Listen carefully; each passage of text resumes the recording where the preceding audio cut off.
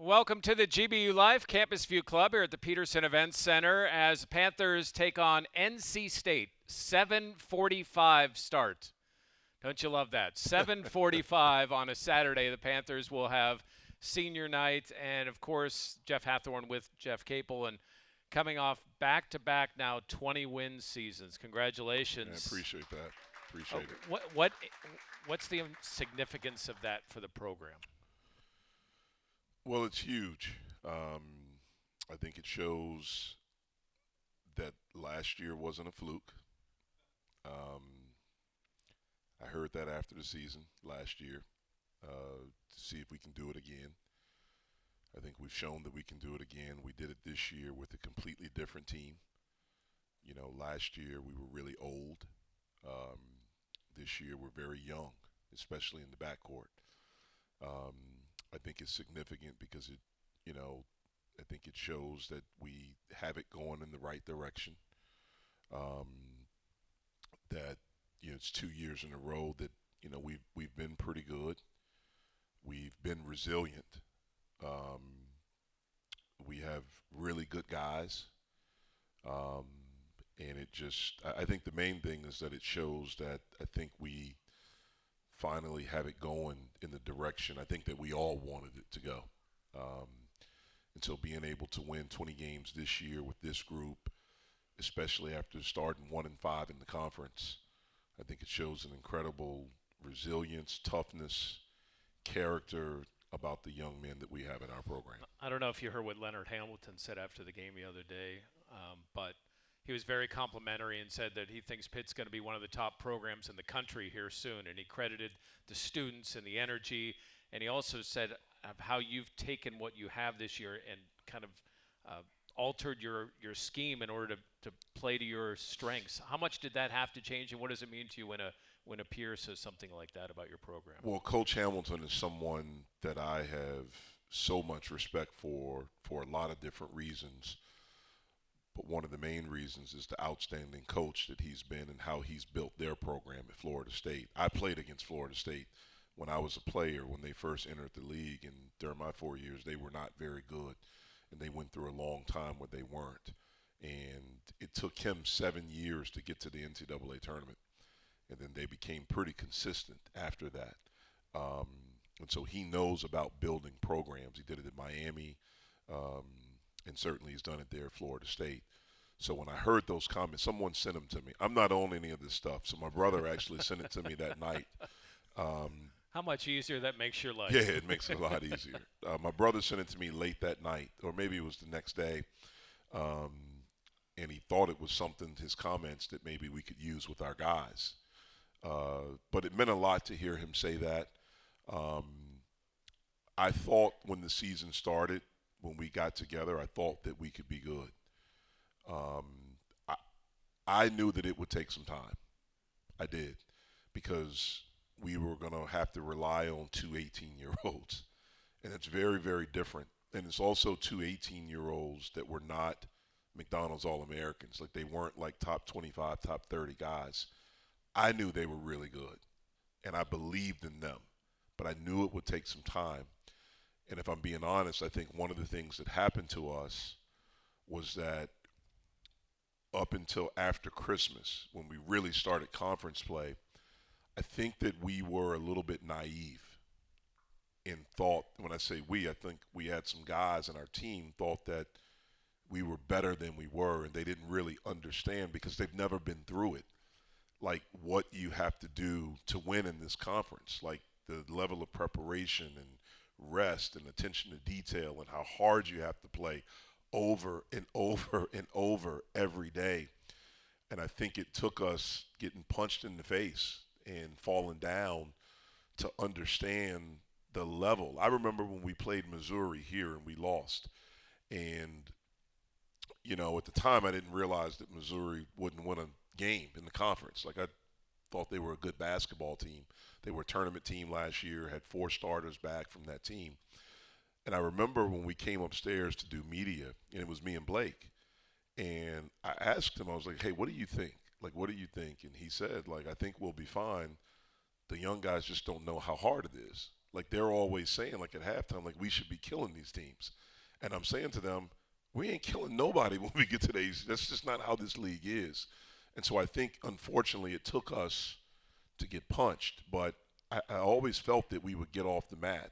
And again, so to be able to do it with this group and the manner in which we did it, I think it speaks volumes of the guys that we have in our program, our coaching staff, and the people that we have that support us. We have the three that are going to be walking on senior night. Kyle Siplicki is going to join us here in a minute. Your chief of staff, which is a cool name. Yeah. Like if I'm going to be on a staff, I want to be chief of staff. But you weren't the only Capel to win on this floor in the last week. Your daughter Cameron won a WPIAL championship. Yeah. You were telling us last week you were going to have to hide to be able to watch. Where did you end up hiding, and what was that moment like to see your child win a championship? Yeah, so I was right outside of my office, and my wife was here, and our other two kids were here, and man, it was awesome. To be honest with you, it's like one of the coolest things I've ever experienced, just watching her celebrate with her team and seeing how happy she was. We did make our way down to the court after they won, so I was able to get a hug with her, and they wanted to get a picture, go into our locker room, like the tunnel with the lights. And so come on, I'll get you back here and do that. But, I knew how much they wanted it. It's interesting, before Coach Burke, Jonna Burke, who played here, was a great player for our women's program here. She took over the job when my daughter went to high school in 9th grade. In the year before that, I think Shadyside maybe won 2 games. And to see the gradual increase each year, and to see them last year, they got beat in the game before the WPIAL championship, so coming to the Pitt. And I knew how excited they were to get to the Pitt. And it was funny, the night before, I came up and watched a high school game here, a boys game, and my daughters came with me. And Cameron, it's my oldest, we're sitting down there watching, and she's just like, I think I'm going to be nervous tomorrow, like being here watching this game. And so just to watch her and see how happy she was, and she played well, and she rebounded and defended, and just made winning plays, and just to watch her be happy was the coolest thing. Congratulations. Thank you. That was Thank really you. cool. Coming up, we're going to talk to the chief of staff. Kyle Siplicki is going to join us and explain some of the things he does to make this program go here on the Jeff Capel Show on the Pitt Panthers Radio Network. Panthers host NC State Saturday at 7:45. That is not airtime. That is tip time, we hope, at 7:45. And then pregame will start with Bill Hillgrove, Curtis Aiken, Cale Berger coming up at 7:15 on Saturday. We're joined by assistant coach and chief of staff Kyle Siplicki. You've been here for a couple of years. I want to know, first off, did you get the job because your oldest is also named Cameron? That was a funny coincidence, but no, that wasn't the reason. What did you see? I mean, you came from Vermont. Mm-hmm. What did you see in the Pitt program that you thought, okay, this is going to be something like that's going to take off, and I want to be a part of this? Unfortunately, I grew up a fan of Syracuse, so I fondly remember Big Monday on ESPN, watching Pitt and the Cuse and Pitt and whoever else all the time. So always had a ton of appreciation and respect for the program and the Pitt and the Oakland Zoo. I think not only Pitt, but just the changes in the college basketball landscape, and there being a need to have somebody to manage all of the player movement and prepare for that, and be able to help out in other ways. I had a chance to talk to Coach at an AU tournament one summer and just stayed in touch and, kind of talked about this idea, and here we are. You mentioned Syracuse. You were part of a team that knocked Syracuse out of the NCAA tournament at Vermont, which made you an instant hit in this room and at this university. What do you remember about that game? I had a great seat. No, you did play in the game. I think played you were a few third minutes. on the team in steals that day. Yeah, it was quite a thrill. We played in Worcester, Massachusetts. the program at the time of Vermont had a great core group who had been together for a couple of years, and most of those guys were seniors, so everything had kind of built to a crescendo at that point, and it seemed like the whole state came down to that game, and to be a part of it. Growing up and loving college basketball, and always, seeing the upsets and March Madness, to be a part of it, it was pretty surreal. How would you define what you do here at the university on the coaching staff? Try to just help in a lot of different ways. Swiss Army knife, I guess.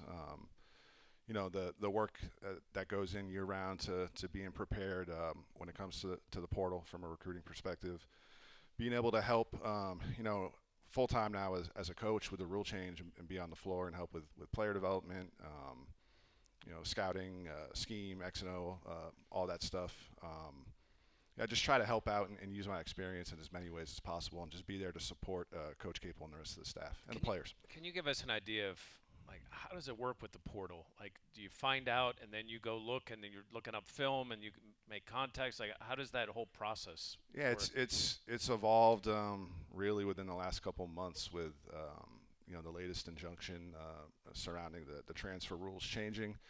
In theory, everybody now in college basketball could play for a different team each year. So you're just trying to have a pulse, especially as the season goes along, on who's playing well, how your team is functioning at that point with respect to what you feel like your needs are going to be going forward.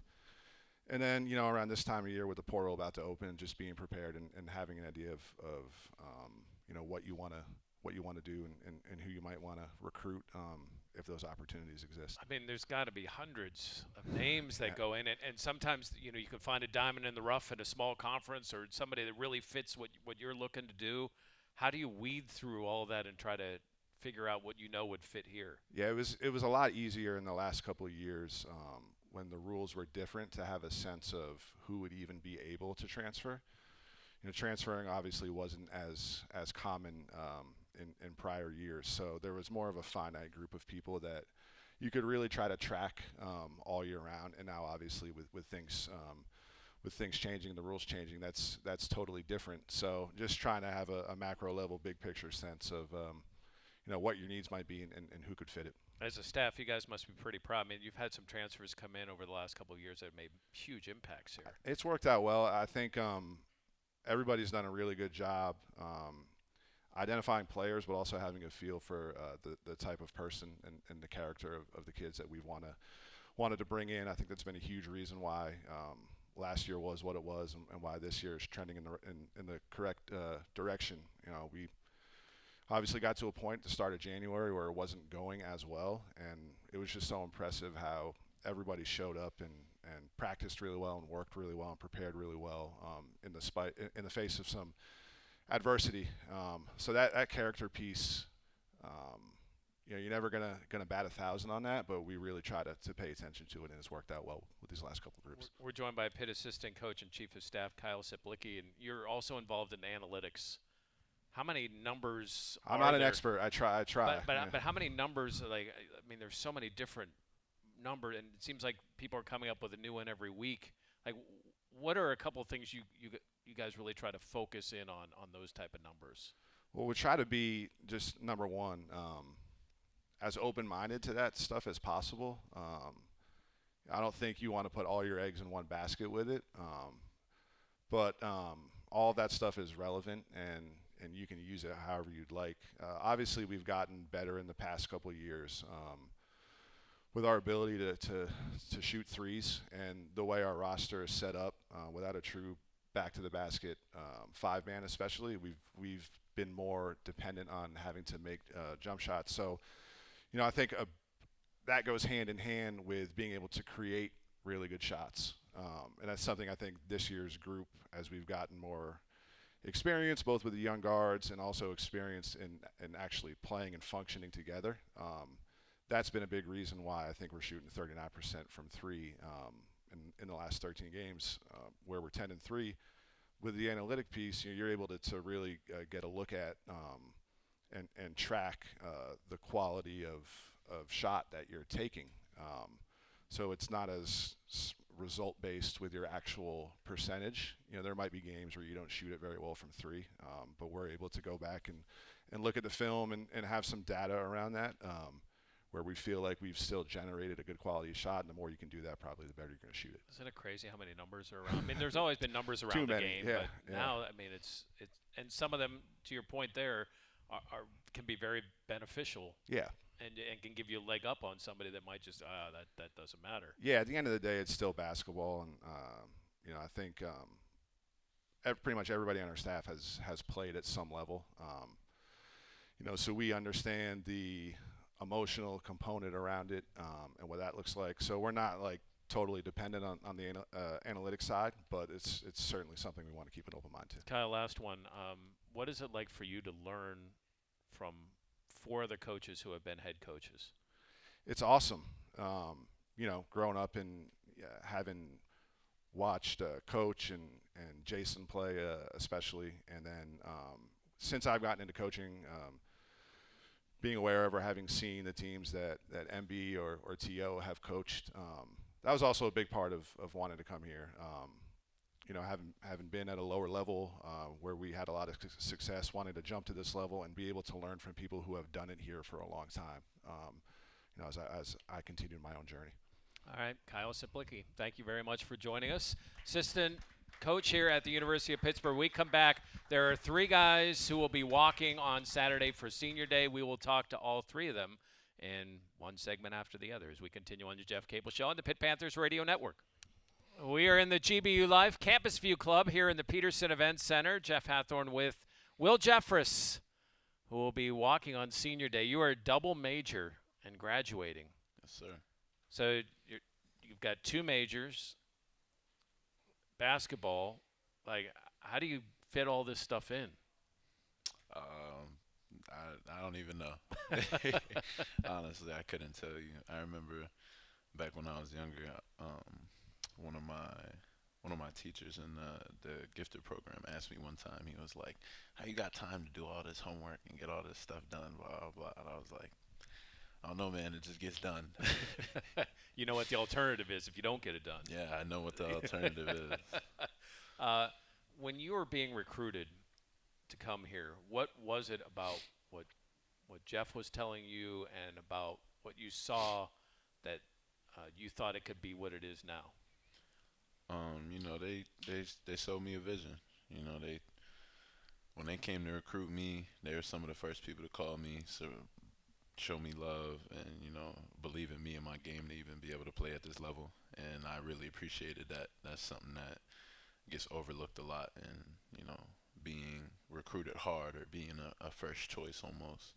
And so that really stuck out to me, and just being a part of something, that's especially in my backyard, just to try and, like we say, brick by brick, just continue to build something up. Because, even when I first got here, we weren't the most prominent program in the country or anything like that. But just listen to the coaching staff talk and them sell me a vision on what they see within the near future and how they want to do it was something that I really wanted to be a part of. What's something that you noticed maybe over your time here that's changed, even from a practice standpoint or mentality, just around the guys? I think that culture is built from the ground up, and I think that's been one of the biggest staples from our change from the first couple of years I was here till now. I think that culture is the biggest thing and the biggest change within practice, games, locker room, outside of the locker room, and just us even hanging out in general. And our interactions with the coaches and everybody, that solidifying that and building that foundation up was really what changed us. And you guys are tight. There are some teams where, okay, you kind of get together and then you might go, but you guys really like hanging out together. Yeah, that's for not sure. It's not a mandatory thing. No, not at all. We do a lot together, I'm not gonna lie. And so, even when we're on the road trips, funny story. I don't know if you interviewed or talked to anybody around yet, but we played 2K14, 2014. We play that almost every road trip and when we get back, and we only play it because of Zach Austin. Why? I don't know. It's just that Like he there are said, newer versions, you know. yes, we know, we know. But the first game we go to is 2K14. We'll go into his room or we'll be on the road, and Papa's in there too. So we genuinely enjoy each other. By enjoy each other, you mean it gets insanely competitive. Oh yes. Oh my God. If only I could tell you. There are going to be two other guys that you're going to be walking with on senior day. What has it meant to be teammates, first with KJ and then secondly with Blake? Both those guys, they mean a lot to me, especially when Blake first got here. We had a couple conversations just about his story and what it means for him to be here and, why he plays so hard within the program and, our vision of, like, what we want to do. And it's something that really stuck out to me. I became a lot closer with him. And I met KJ when he came back from after he transferred out of Pitt and when he came back, and he been one of my best friends since. We just hang out, talk, communicate, and these guys always they have such great personalities that just bring energy to any room that they walk into, and it's something you want to get out of the friends and the people and the teammates that you meet, where they just pick your energy up and their liveliness. And, to even get into their play, Blake Hinson, we'll say that. And, maybe you haven't seen much of KJ Marshall on the field within our games, but you watch that practice film, you might know something different. He gets to it. Yeah? Yeah, for sure, 100%. Yeah, of course, what people don't realize about you is you're the only one of the group that came down for the nicer weather. What do you mean? Coming from Erie to come down here. Oh yes, I tell people all the time, like when we have winter, when we have snow, rain, or anything like that, everybody's complaining or anything like that. I'm sitting there, I'm like this. I'm like, yes, this is beautiful. I'm used to lake effect snow, so. You know what you need to do? They need to schedule a trip. Like the Twins got to take everybody. You in January need to take everybody up to Erie and show them what it's like. Yeah, I don't want to go up there with it. I've had 6 feet of snow fall in one day, and they plowed the roads, salted them, and they gave us a 2-hour delay and said, show up to school. Insane. I think it was around the time where the Buffalo Bills stadium caved in, or I don't know if you guys remember that, but it was around then. Wow. And you guys still went to school? Oh, yeah. Up a hill. Both ways. Yes, sir. You wait till your kids hear that story. That's gonna be 18 feet of snow. Yeah. Hey, congratulations. Enjoy Saturday. Thanks for hopping on the show. We appreciate it, Will. No, thank you. I Will appreciate it. Jeffress. When we come back, you mentioned all the things that KJ Marshall does. Let's talk to KJ next on the Jeff Capel Show on the Pitt Panthers Radio Network. Yes, sir. Welcome back to the GBU Live Campus View Club here at the Peterson Events Center. We are now joined by KJ Marshall. Yeah, give it up to KJ. You started at Pitt. You left for a couple years. You came back to Pitt. How would you describe your basketball journey? One of a kind. I don't know too many people who transfer out of a school then come back to graduate and finish. That's why I say it's kind of unique about my basketball journey in itself. But I feel like everything played out the way it was supposed to. If I could go back and redo it, I'd redo it 100 times the same way all over again. Actually, 99 times out of 10. The one time I would not leave, I just stayed a whole for. Will was telling us that, like, if we could see you in practice or see practice film, like how much is that your mentality? Like, I got to get after these guys. I got to get them ready, and this is my time to make that impact on this program. I think I told Coach last week. I think I'm the best practice player of all time he ever had. I take very much pride into that. I'm a competitive guy.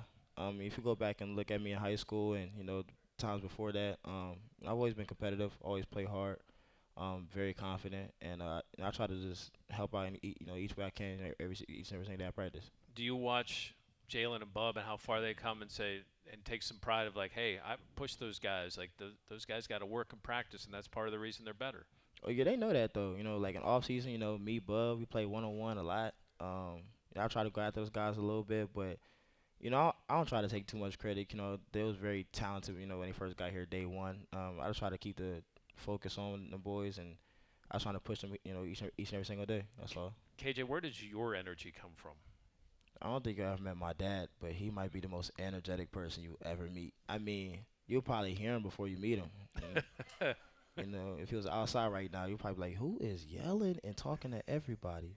That's kind of how my dad is. So how was that growing up? Because I assume he would go to your game, like you would know that voice hmm wherever you were, right? Yeah, I mean, it's almost like I was never allowed to be shy, you know? When you got a dad as loud, as energetic as mine, everybody, and he thinks he's everybody's friend. He'll talk to you for 20 seconds. You think you knew him for 20 years. So, I kind of just had that inside So myself, you're like too. the last one out of church, last one takes you an hour in a grocery store, that type of thing. Yeah, he got to say hi to everybody. He got to tell his life stories. Next thing you know, the person he just met telling their life story. Now it's like 2 hours went by, and now it's time to go to bed. So I was like, get home. I don't know what you guys call it, like the opening, like handshakes. What kind of work goes into what? Because you help lead that. I mean, you're out there. Guys come out and they do. Everybody's got their own unique. What do you call it? I call it get right time. I'm the last person to check everybody's swag before they go pack, get on the court. So, that's the last little start up for everybody gets right. Even for the guys who don't start, I got an individual handshake with each and every single person on the team. How does that develop? Like, do you guys discuss it? Do you come up with it and just say, okay, this is what we're going to do? Well, I don't like normal handshakes. So every time I see you, like, yeah, we got to switch that up. We got to add a little, like a little spice to it. And after a while, that's our unique handshake with us forever. But there's one, like, you're, like, spin around in a circle. You're doing chest bumps. Yeah. Like, it gets more than just a handshake. Yeah, I mean, each person has their own individual character. Like Blake, we like, we like having fun. So, you got to add a little spice to it. Me and ZA, we play Fortnite a lot. So, you got to add a little Fortnite, intro into it a little bit. Fetty is very photogenic, and don't let him tell you that he's not. Fetty is always around somebody's camera. So, you got to take a little pictures of him. J-Lo, he got the ponytail. So, we got to make sure we get the ponytail right before we go out there. So, each and every single person got their own little individual superpowers. What you mentioned that's like get right time. Is that something that like, hey, we got to do this? Like, we got to make sure this is going to look right. Like this, to your point, is get right time. What's the one you like the most, and risk of alienating your teammates? Ooh, probably me and Blake. I'm not even gonna lie, cause he's the last person to be called, and I think I've known Blake the longest. We know Blake since what, 8th grade at football. We met at football camp. So. Really? Yeah. He ran one route the whole time, and he did one rep actually. Yeah, that was it. And just sat on the sideline. It was hot that day too. Really? Yeah, it was crazy. What were you playing? Everything. Athlete all over the field. DB, safety, corner, receiver. I was trying to put on a show. So I'm wondering, and coaches in the back there, like, what can we do to have an announcement where coach comes out and does some type of handshake with you? Nah. He not allowed for that. Nah. He don't get a pass. What's the hardest one? Will, because Will always messes it up, and I hope he's still here to hear me, but he messes it up every game. He tries to blame it on me, and I made the handshake, and he gonna blame it on me, so it doesn't even look right. KJ, how would you describe what being a part of this team means to you? It means a lot. Earlier this year, my father, he was going through a lot of medical problems, and he still is now. And I'm not gonna lie to you, a lot of times I didn't want to come in. I was battling, some issues, because, my dad, my superhero, always been my whole life. And just to see him go through, like, a drastic change, within his behavior and with his, like, mental ability, it was a big toll on myself. And, the guys, they did a phenomenal job of picking me up every day to almost to the point where, like, basketball was my escape from everything. And, not a lot of times do people feel genuine love in the workplace that they go into each and every single day. And me, I feel like it's something I never had to question. Anytime I need these guys, they're always there for me. Their family. Beyond that, I mean, I almost feel like we got the same blood and everything. These guys mean a lot to me, and they know that whatever they need, I always got them on my end. Well, KJ, enjoy Saturday. It's well earned. Don't remind me. I'm trying not to think about it. When we continue, we're going to talk to Blake Hinson, who is the all-time three-point leader at this school. Yeah, he's like that. Yeah, he's pretty Yeah. cool. He's pretty good on the Jeff Capel Show on the Pitt Panthers Radio Network. And we're here at the Peterson Event Center where on Tuesday, Blake Hinson set the all-time three-point single-season record. Yeah, congratulations, Blake. Does it feel like time has flown by here? No, honestly, no. I did a good job this time around after being off for 2 years and just embracing every moment. I think I really have. So I've been present this whole time, and I've noticed how far I've came from when I first came in until now. But I couldn't do it without support of this city and this school, and I appreciate the heck out of it. So I try to show that. What are your interactions like with students on campus? Like, do a lot of people notice you? Do they stop you? Do you have conversations with just regular students? Yeah, for sure. But what's even more impressive to me is just a general resident of Pittsburgh is probably more likely to notice me than a student, from my experience. Grocery store, Uber rides. I promise you 60% of the Uber rides I take, they know who I am. So I mean, that's impressive, though, and I appreciate that support. I've never had that before. You always come with energy. Can you come with even more on Saturday for that final home game here at the Pete? That would be I can come with as much energy as I have. That's all I have. I give everything I have every game, no matter what the circumstance is. So I can't guarantee you guys any extra energy than I have already gave, but I'm giving everything I have for sure. You mentioned the other day that your best friend has never seen you play in college, Right. but it's going to be up here with what kind of group are you going to have here? What's that going to be like to have them all here watching you? It's gonna be cool. I mean, everybody who's here, who's coming, has seen me play basketball before, so it's not like it's gonna be any different experience. But it'll be nice to see him all day, and just to see him. I haven't seen a lot of these people in a while.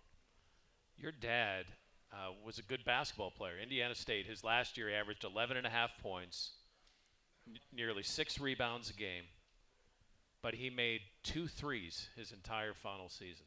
How in the world did you become a three-point shooter? Man, I don't know, because a lot of the confidence comes from him telling me I can do these things. So I don't know. I really don't know. I practice and I see it go in, and I believe it goes in the game, and that's pretty much as simple as it is. Here's a question for you. You're so good at shooting the three, but you wear number 2. You know, it's funny because my mom brought that up early in the year. I'm like, it has no correlation. But, the quick story about how I got number 2 is I've worn 0 my whole career. And I came to Pitt, and 0 was gone. Now the Cummins had it. So they asked me what number you want, and 2 was on the list. And I only picked 2 because my name was Be Too Smooth on Instagram. And ever since middle school, my name's been Be Too Smooth. I named myself that. I've been Blake Too Smooth since middle school. So I was like, 2, you know what I mean? And now it's I like it better than 0, way better than 0 now. Now I'm B2 all of a sudden, so it's cool with me. By the way, to tell you how our industry works, Amanda, who's behind that pillar right there, was the one who came up with that idea, which is really cool. You mentioned with reporters the other day your relationship with Jeff. Could you explain to everybody here why that relationship has worked so well with Jeff Capel? I think 2 reasons that come to mind. I think the 2 reasons that what it is is one, he's a basketball player who's an ex-basketball player. So they understand what you're doing, what you're trying to do, how you're feeling. They've been in your shoes before, and that's something I never had in college. So I think that shows a lot with him coaching me. And 2, I think he understands, and I think he's the first coach to understand, everything I do out there is with the intentions of winning. No matter how crazy it might look or what is he doing it might look, it's all the intentions of me trying to win. And I think those 2 things mixed together, him understanding that, is why it works so well. What do you try to pass on to the younger guys? The will to win. The will to win. That's all it is. We break it down. Ever since I got here, I don't think anybody's really recognized, but ever since I got here, we've always broke the huddle down on win. That's it. And the point of that to me is, no matter what coach just said in the huddle, you could have not been listening the whole time. no matter what just happened, just know the last thing we said before we broke this huddle was win. Win the possession, win the game, win whatever. If you're talking trash to the other person, win that too. Just win. So, I mean, that's the whole point of being here and representing the school and representing yourself is to win. You guys have won a lot. Back-to-back 20-win seasons. For you, what does that mean?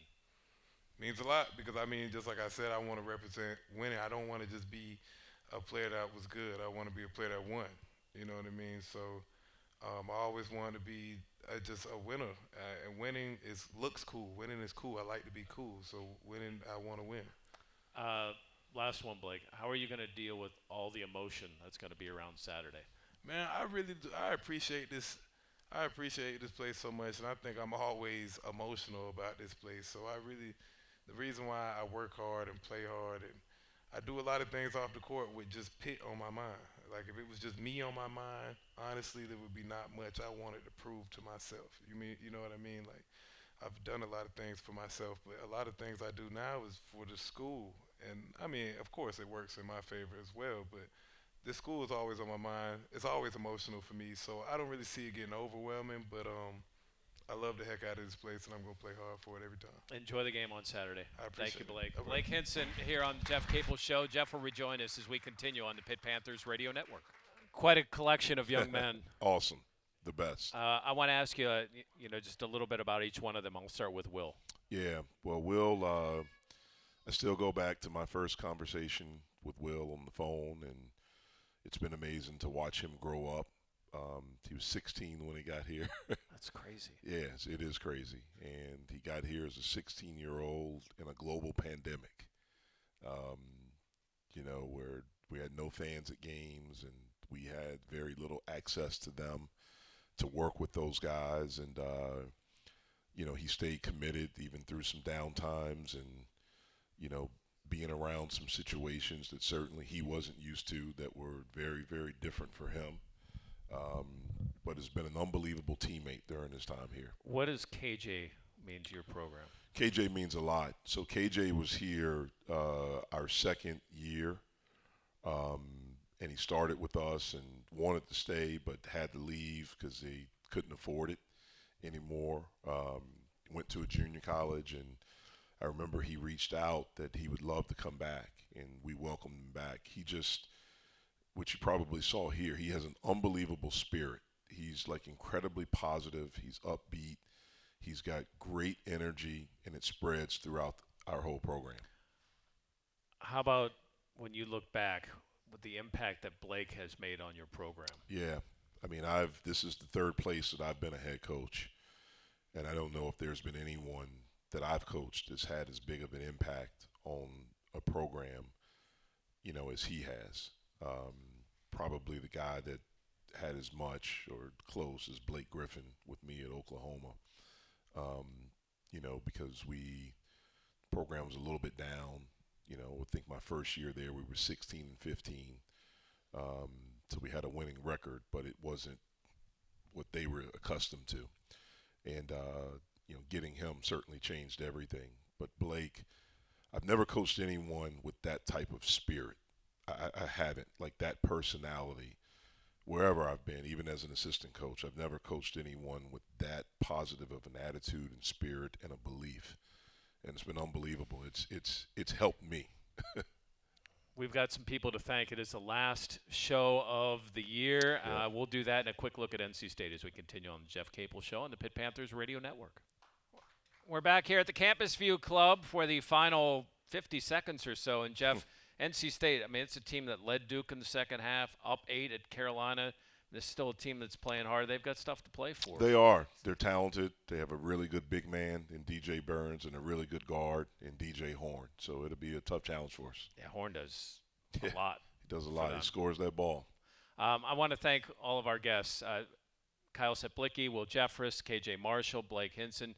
Jeff, thank you for everything that you do. No, thank you, Casey, Amanda, Pliz, everyone. Thank everyone for making this show great, and the people that came out every week. I'm very, very grateful.